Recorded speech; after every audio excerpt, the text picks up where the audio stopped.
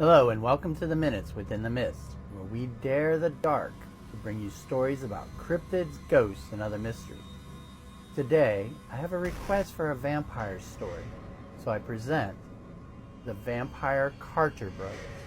The year was 1932 as a young girl raced down Royal Street of New Orleans. She was stopped by a police officer noticing her panic. She told the policeman that she had been tied up by two brothers along with several other victims and had been held captive so that the brothers could drink their blood.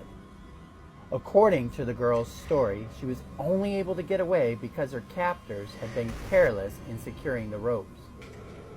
The police agreed to follow her back to the home on the corner of Royal and St. Anne. Once they arrived at the home, which was owned by the Carter brothers, they were shocked at what they had discovered.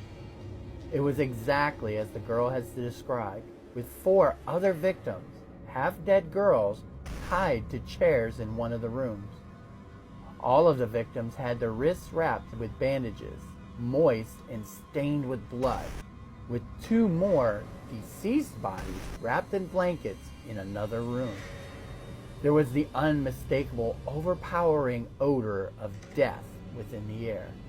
The brothers, John and Wayne Carter, left early each morning just before daybreak, and always returned every evening just after dark, when they would take the bandages off of their captives' wrists and, using a knife, reopen their wounds until blood flowed freely from their victims' cuts. They would then catch the blood in cups from which they drank until their hunger was sated. Then, the wounds would be redressed with fresh bandages.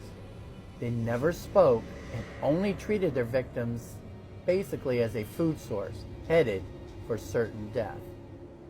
Unaware that the girl had escaped, the Carter brothers went about their routine as usual, except that the police waited for the brothers to return home this time. Upon their capture, they confessed immediately and begged to be killed. They claimed that they were vampires and would, if released, continue to kill as their need for drinking blood was beyond their control.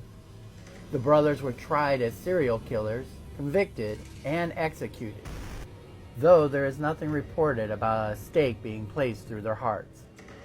I hope you enjoyed this story of the Vampire Carter brothers, and will leave a comment about what other cryptids, ghosts, or other mysteries you'd like to see covered here. Until then, walk the streets of New Orleans and remain constantly curious.